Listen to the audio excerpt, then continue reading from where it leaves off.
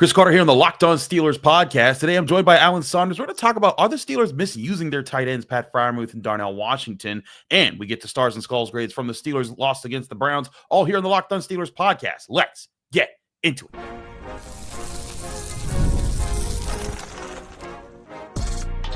You are Locked On Steelers, your daily Pittsburgh Steelers podcast, part of the Locked On Podcast Network, your team every day.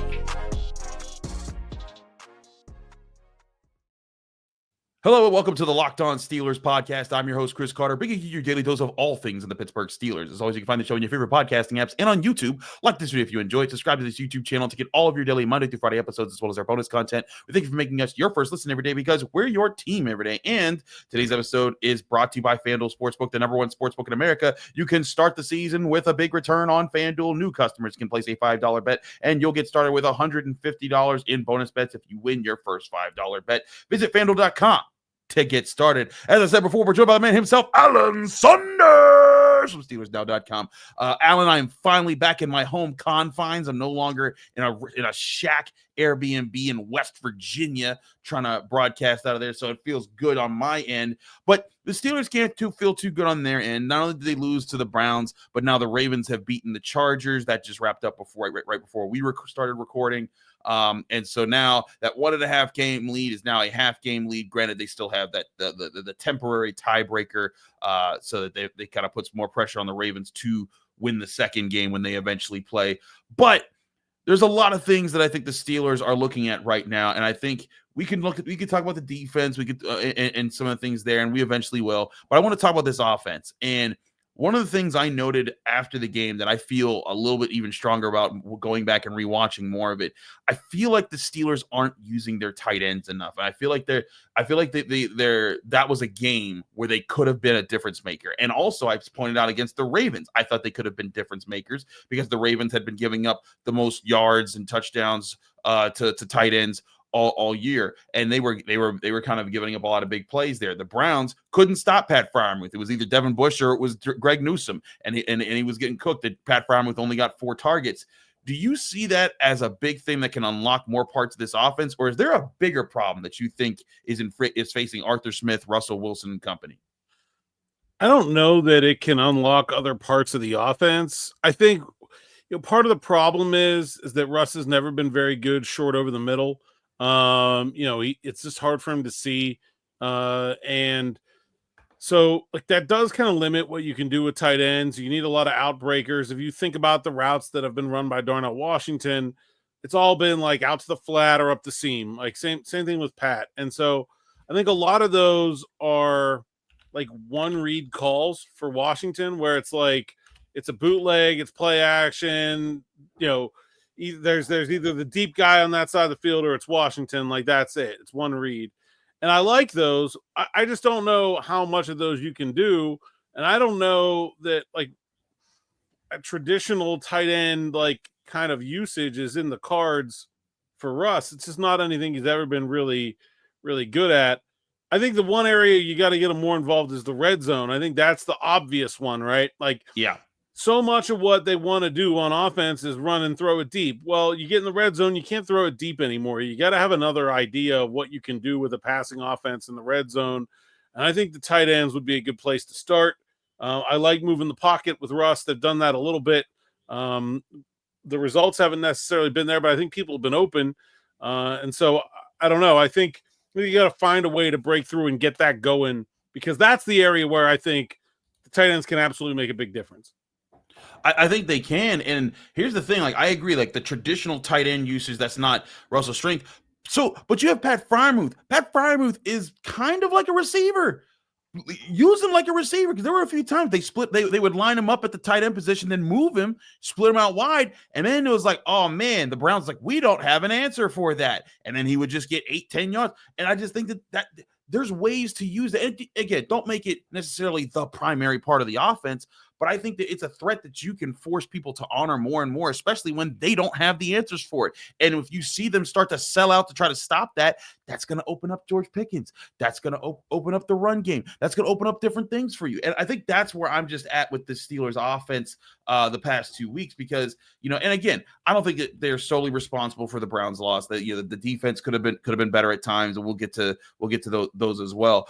I think they could have done better early, and I think that's something that we continue to talk about with this offense, and it's back-to-back weeks. I think they could have been better early, but I look at this, and to your point, in the red zone, when they get down in there, they cannot double team everybody. There's no team has enough jump ball guys on defense to win with Freiermuth, Darnell Washington, George Pickens, and Mike Williams. And I know that you can't always put all four of them on the field in the red zone, but you can find a way to force them to honor to, like, hey, if you want to go and cover both two guys on different corners of the end zone with double coverage because you're afraid of their jump ball, by all means do that. But guess what? That means Najee Harris or Jaylen Warren probably have a good setup to run up the middle on you. Yeah, we saw it, right? The touchdown against Washington. They run a beautiful little rub with Van Jefferson, get Freiermuth wide open, touchdown. And then, I don't know how we got from that to fade to Cordarrelle Patterson. This is the thing with Arthur Smith that has happened over and over in his career, is that he just gets too far in his bag sometimes, where they're letting the easy go at the for the sake of the extremely complicated. I feel like that was an opportunity to just run something simpler, and yeah, they had that play in. They could have gotten a similar look, I'm sure. They had Spencer Anderson as extra tight end. Run a pick with that. Run a pick with that dude. You're never getting around that. I don't know. I just think I think it tried to be a little too cute against the Ravens, and I think it bit them. And I think they got to get the red zone stuff figured out. It's not gonna make this an elite offense, I don't think, but I think it's they don't need it to be elite. Just be decent. Right. They just got to score 24 points a game. That's exactly. That's where they need to be. That's what they need to be, and that's where I think they can be, and they have been several times this year. I think that's where if you're the Steelers, you want to get back to doing it. And I think it's what you said. He's going too deep into his bag, and there's times I think he's trying to get too extra. You have a bread and butter, and I get you that you don't want to be overly reliant on certain concepts, because then teams pick up on that and then they jump all over it. And that's part of the tricks here. And this is, again, not me saying, duh, Arthur Smith, you're so stupid, why don't you do these things? This is because that's where a lot of people think, oh, they're just dumb for not calling these plays. This is the complexity of calling plays at any stage of football, let alone the NFL. But I think these are the lessons that he can learn from, hey, you know what? This stuff isn't working. Let's keep it simple here. Let's go to the things that our guys are good at here, and let's give our playmakers in the red zone chances to make plays in those spots, especially with our bigger pass catchers, because that can be the weapon that kind of overcomes the Steelers' red zone woes at this part of the season. One more thing about the tight ends.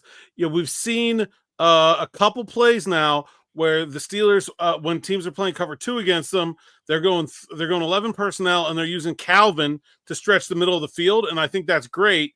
Can we get one or two Pat Freiermuth up the seam, yep, please? Yep. He's a really good receiver, that. Just one or two. It doesn't have to be a ton, but Calvin Austin's 5'8". That's a really difficult pass to complete it. Now, when he's 9 yards open, like he was against the Browns, it's not as difficult. But a couple of those with Freiermuth, same concept. Just put two guys on the same side of the field, both deep routes, put the safety in conflict. He's got to pick, give you a shot the other way. Give me some of Freiermuth on that, man. I needs a couple splash plays. No, I agree. That's where we can see some more splash plays there. And one thing also Freiermuth does, he often makes the first guy miss after he catches the ball. Even if a dude's hanging right on him, he's often at least carrying that dude for a few yards. I really think that could be a difference maker. And again, it's not going to open up everything. It's not going to make them the best offense in the NFL or top 5 or top, but it's going to make defenses have to honor more. And when you're making them have to honor more, then you can get back to that balanced attack that you're looking at, that it really hasn't been as present the past 2 weeks, like we saw, and the way we were seeing it. The few weeks starting off with Russell Wilson that the Steelers had, including against the Commanders, where I thought that maybe they were really figuring some things out when they put up 28 points against those guys. Yeah, and I think we've seen since that game some teams take some different approaches to how they want to stop them, and I think the Steelers are going to have to come up with the next response. That's the way it goes. That's the way it goes in the NFL. We'll talk about some of those responses next here on the Locked On Steelers podcast because it's finally time to do Stars and Skulls with the Browns. Again, we apologize for not coming out earlier, but your boy was on the road and covering a basketball tournament at a resort in nowhere, West Virginia. So we're going to get to those Stars and Skulls grades in a minute here, right here on the Locked On Steelers podcast. I'm your host, Chris Carter, and with Alan Saunders. Stick with us. We'll be right back.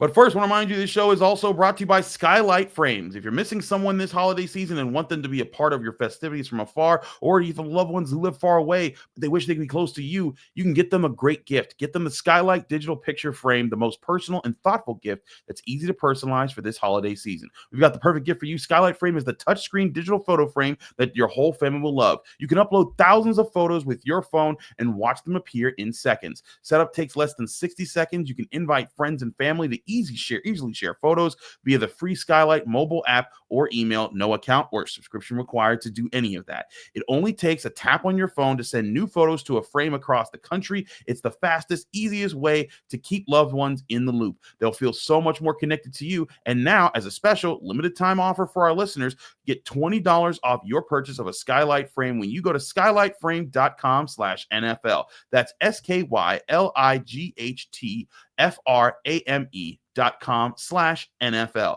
Get $20 off your purchase now at skylightframe.com/NFL. That's $20 off a Skylight frame at skylightframe.com/NFL.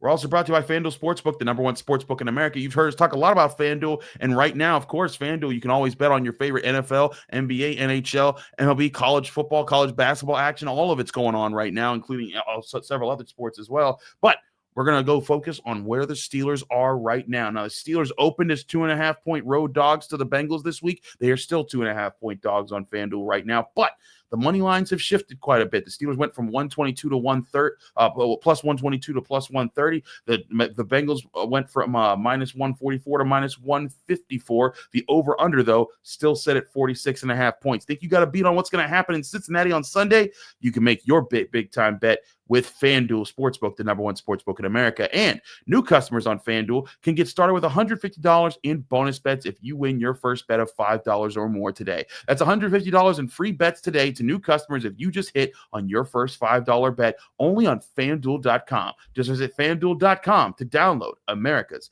#1 sportsbook.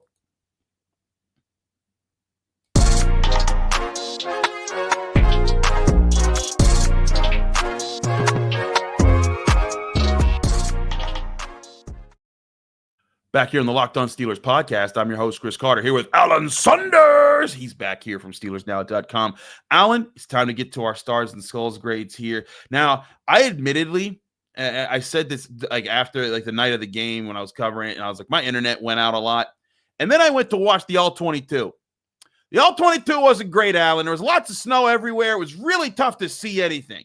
But I did my best to kind of go over things. So this might be some of my more controversial / ones that I could be convinced that, hey, maybe you should move things a little here or there. But as a reminder, our rubric is always Stars and Skulls. 1 to 3 stars for good to elite, 1 to 3 skulls for bad to all time terrible.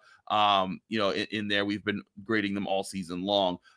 As always, when it's a loss, we start with the good and work our way to the bad. I have 2 2-star players in this game, Alan Saunders. Who are they? 2 2-star players. Deshaun Elliott? Ooh, no. Okay. I don't know. Another 2-star player. Nick Herbig.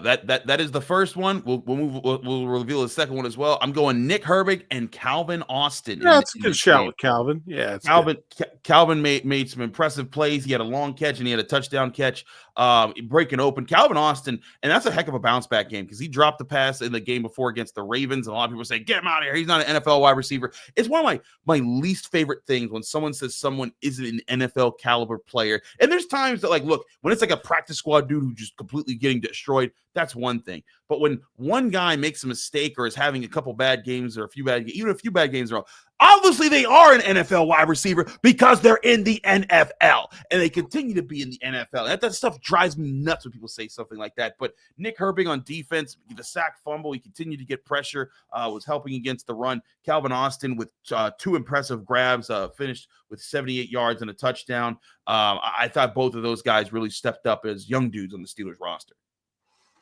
Yeah, I think Calvin was really good. In fact, he was wide open for a touchdown on another play, and Russ didn't see him. He should have had a touchdown on the long pass. Russ just underthrew him. I probably should have just thrown it sooner rather than whatever. Either way, and he could have had 3 touchdowns in the game. Legitimately, I thought he was really, really good. Nick Herbig continues to make big plays.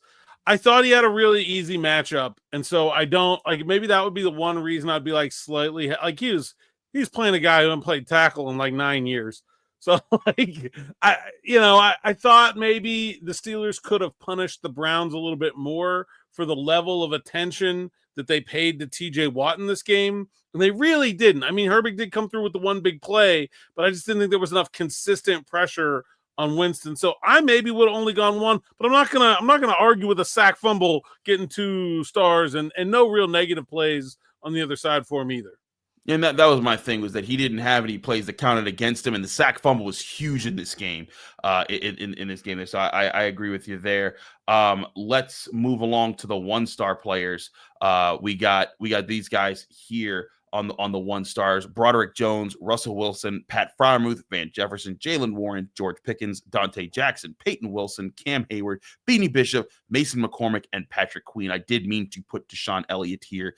I made a mistake on and not including him when you said him. I was like, I forgot to put him on my 1 stars. But that being said, I thought Broderick of the offensive linemen, Broderick and Mason kind of held it down the best. Granted, that wasn't the side that Myles Garrett was lining up on for most of it, so that kind of helps you a little bit there. But I thought for the most part they were helpful against the run, and they weren't giving. Mason McCormick, I don't think, was registered with a single pressure allowed. Broderick Jones did allow some pressures, but no sacks. And I thought that he was at least solid in this game. They were, both of those guys got physical in the run game. Yeah, I think this is a good list. Dante with the big interception. Peyton Wilson, I thought, was solid. Yeah. I think this is really good.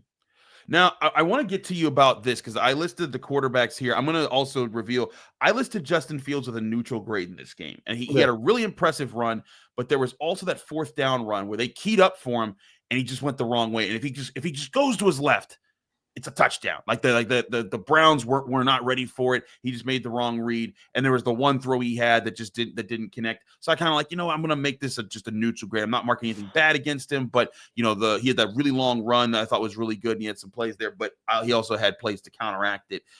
The usage of Justin Fields and Russell Wilson, how did you feel about them did you feel like they did too much of it? Because that's something we talked about last week, and clearly they did it, but it didn't help as much this time around. I didn't think they used too much of it. I thought they used it at the wrong times. Interesting. Elaborate, please. And I'm okay with the one series where they just let Fields have a couple plays. That's fine with me. I don't care. I'm fairly agnostic about that. That's the one where he had the big run.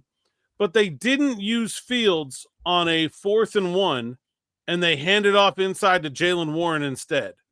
Let the man run a quarterback sneak, please. Yep. He's 6'2". He just has to fall over in a forward direction for it to be a 1st down.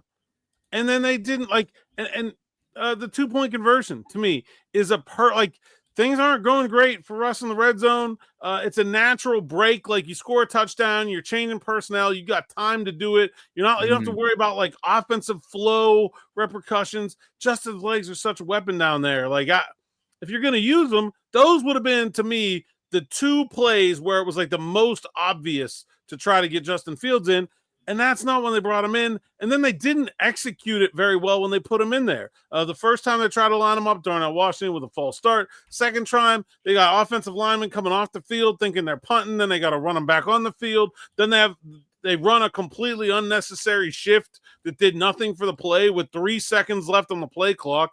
Every guy in Cleveland timed up that snap Justin's timing was off. The offensive line was blown back in one part, and that's why he makes the bad read, because he's not seeing what he's thinking he's supposed to be seeing.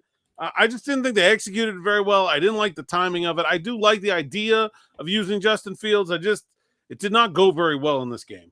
It did not, and I think some of that again is circumstantial. Things that come out.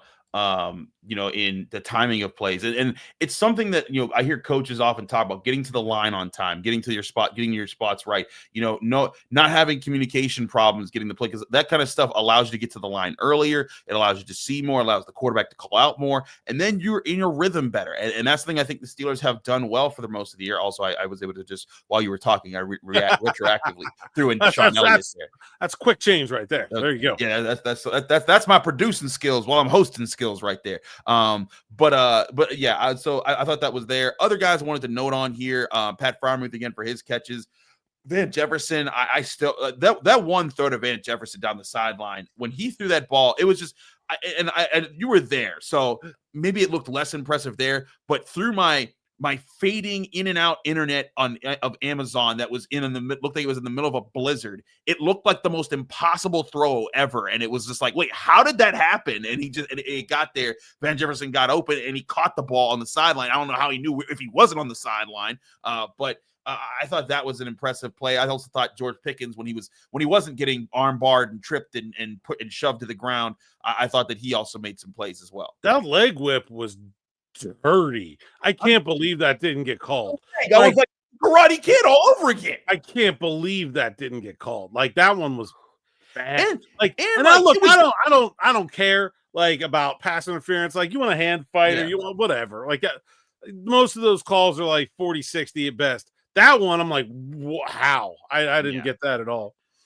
Yeah, and it was like on a ball 2 yards in front of him that if he doesn't trip him, he probably catches it and scores a touchdown. Yeah, it was going to be exactly. So I think there's a lot of things. Away refs, Carter. Away refs and the conditions. Away refs and the conditions. Yeah, man. There's a lot of that. And Thursday night was pretty nasty here. Other guys, if I missed anyone here, Dante Jackson did have the interception. I thought Cam Hayward was the best of the defensive linemen, but there were other guys that weren't great on the defensive line. We'll get to them, and on the offensive line as well, because I want to talk about them and Joey Porter Jr.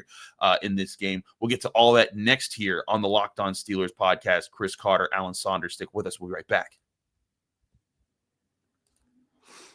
But first, I want to remind you, this show is also brought to you by Hillsdale College. Time is our most precious commodity, so don't waste it by scrolling through some mind-numbing content for hours and hours. How can you spend it wisely to improve yourself? Well, our sponsor, Hillsdale College, offers more than 40 free online courses, including Constitution 101, Intro to Free Market Economics, The Great American Story, Rise and Fall of the Roman Republic, and so much more. All of Hillsdale's courses are self-paced so that you can start whenever and tune in wherever. Plus, you can go deeper with readings, quizzes, discussions, and enjoy the lectures. Go right now to hillsdale.edu/lockedon to enroll. There's no cost and it's easy to get started. That's hillsdale.edu/lockedon to register. Hillsdale.edu/lockedon.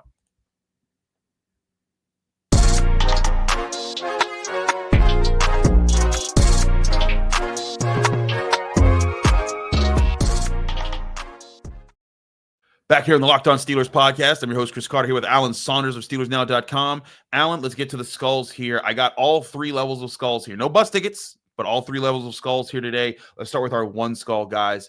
An offensive lineman in here. Zach Frazier. This might be my first skull for Zach Frazier. I got to check out through my grades throughout the year, but he gave up several pressures up the middle. I thought he could have been better against the run at times. He wasn't terrible, but I think I just graded him slightly more on the negative there. Looks like you're shaking your head here in the background. I think I might have given him 2. You might have given him 2. Okay. Whooped. He did get whooped a couple times. There were some other plays I thought he whooped back. Like he wasn't completely bad, and he was to me. This wasn't a terrible game. It was just the first time I felt like he wasn't really adding to the cause. You can't lose fast as a center. That's true. He was losing fast. It just blows the whole play up. Like I might have given him 2. That's a tough grade, but I agree. Minka just a step slow on that third down. Yeah. Was it Judy coming all the way across the field? Yep. The crucial 3rd and 7 after the touching penalty. I think he just slipped, to be honest. Yep. So it's a tough grade, but yeah, I get it. Lario and Keanu, man, I thought, considering the conditions, and the trouble that the Steelers had running the ball, I thought the Browns were able to stay on schedule too easily, and 4 for 4 on fourth down. I think the defensive line has to wear some of that. They do, and it's a weird thing too, because Nick Chubb, yes, he finished with 2 touchdowns, but he got less than 3 yards per carry in this game. Like you hold Nick Chubb to that number, you usually think about it, but when you think situationally, 5 of 5 on fourth downs, 2 red zone touchdowns. That's where the problem is there, and that's why I kind of Larry also had Winston dead to rights on one play, took a bad angle, let him get free and make a long completion. So yeah, I think that's fair. All right, we go to our 2 skull grades here.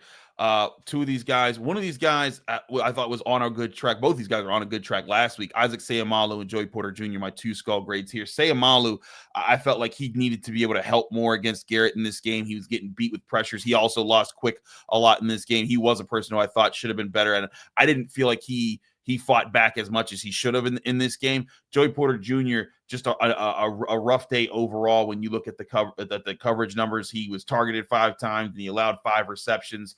And some of those were at key points in the game. Granted, there was one time it was a very obvious rub/pick by David Njoku. But still, there were times I thought Joey Porter Jr. could have been in better position in this game. And again, yes, there are circumstances involved, but it's unfortunate for Joey, because last week I thought I think I gave him 3 stars last week, and he's been up and down. He didn't do well against the Commanders, did great against the Ravens, doesn't do well against the Browns. And I wonder what are your thoughts on the Joey Porter Jr. roller coaster right now?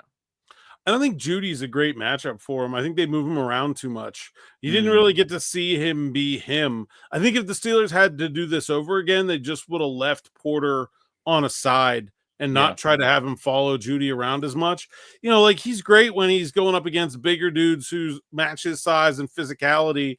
Judy's just a little route runner, and I don't think that's like his forte necessarily. So I think that was sort of the opposite of Rashad Bateman, right? Who is like not that good, but also like dead on for exactly the kind of player that Joey's keyed up to stop, right? So like Bateman has a horrible game against Porter compared to what he normally does. Judy is sort of the opposite, right? Like, not like a significantly better, a little better, but not like some significantly better player, has a bigger game. I just don't think the matchup worked in Joey's favor as well. I think the Steelers probably would do it differently if they had to do it again. And guess what? They do have to do it again, so I'll be very interested to see what happens next time around. Yeah, 2 weeks. Crazy enough of how that works. But I agree with you. That's why I'm not killing Joey Porter Jr. with this grade. But I did think that he could have been better, as could Isaac Seumalo. Like, he gives up the one Minka slipped on. He's got Judy in the slot in trail on a crosser, and I'm like, that's not the world that Joey Porter Jr. is supposed to be living in. Like, that's Beanie Bishop's job. Like, I think Beanie Bishop might be a little bit stickier in those situations, whereas Joe, you put him on the outside, he's not allowing you to get those deeper routes down the sideline. Yeah, I agree. I got 1 3-star grade, and I bet you can guess who it is. 1 3 skull grade? Well, we haven't mentioned Dan Moore yet, although I don't think I would give Dan Moore a 3 skull grade. So, and I want you to convince me, because that is my 3 skull grade. But I'm amenable to an argument. Also on the skull side of the ledger here. Who did I miss? We got fit Corliss Waitman in here somewhere. Oh, you're right. I said that before I did these, and then I completely forgot. I have it in here. 15-yard punt with the game on the line. No, that was terrible. That was escape unscathed, and he's been so good this year. So good. Like, it's like the first one he's hit all year that wasn't like dead on, and so just bad luck the way that goes. But he's got to get some skulls somewhere. The thing with Dan Moore is he's playing the best defensive player that he can possibly play, because TJ Watt's on his team. And I have a hard time like, a lot of the Garrett pressure was off of games, off of twists and stunts. Like, he didn't give up a ton of just solo quick losses. I think I would give Dan just the 2 skulls here and not the third one. I've seen Garrett do far more to far better players in the past. So that's why I said I'm amenable here, because again, my my film, especially when came to like linemen and stuff, it was really hard to see some of those, and just like the technique whole second half is just... it was just abysmal to really see there. And so that was kind of where I was. So I'm amenable to that. I have added Corliss Waitman to the one skull grades here, just so I don't forget to do it later in the season. So Corliss Waitman does get it there. But yeah, that's right here.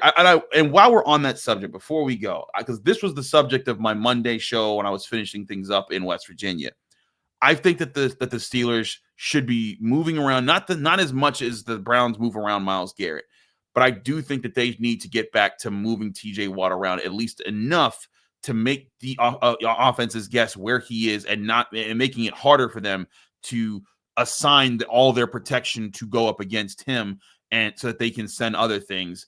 Do you feel like that is a big misstep by the Steelers defense right now? One of two things has to happen. Okay. Either other teams are going to put two guys on TJ Watt, they know where he's coming, and the rest of the Steelers have to dominate 10 on 9. Yeah. And they probably should be, because they're not bad players. Especially like I said, Herbig strip sack was good. The Preston Smith could have got a skull in this game too. I didn't think he did. I thought about it, but I just didn't see enough. There was no glaringly negative play, but there wasn't. Right. Well, considering who he was up against, come on, man, that's a guard, and it's almost retired guard. Come on.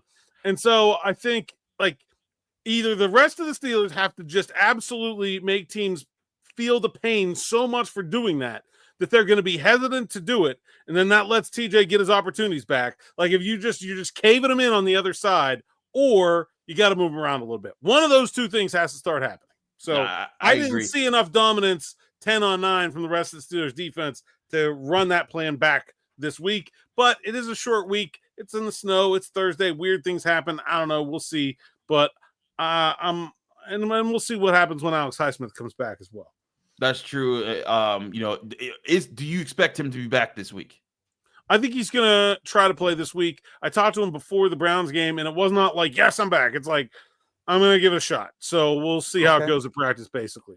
Yeah, and so we'll see practice today, in fact, a little bit. Chris, I got a bus ticket, though. Oh, you got a bus ticket? I got a bus ticket. Who did I miss on the bus ticket? I got a bus ticket for Jimmy Haslam for trying to build a dome and taking the most beautiful thing I have ever seen in all my years of covering football away from us. Okay? There are only 6 places in the whole NFL where that can still happen. And your town looked better than it ever has in all of Cleveland's entire recorded history on television in front of the whole world on Thursday night. And you want to slap a dome on that and make sure it never happens again? Get out of here.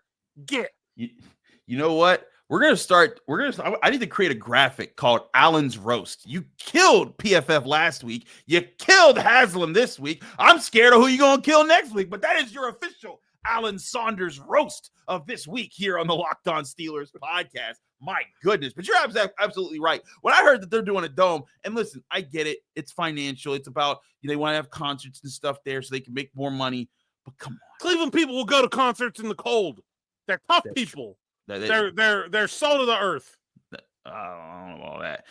But he's silly goose. But to your point, back to the TJ Watt conversation, I do think they could do more there to create form. That's also why I gave TJ Watt a neutral grade. This is also why this is also one of the faults I think of PFF.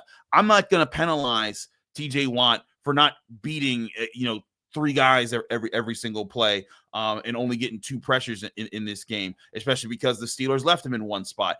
I've been of the opinion they need to go back to move. They need to at least try to move him around since the Giants game where they moved him to the right side simply 4 times.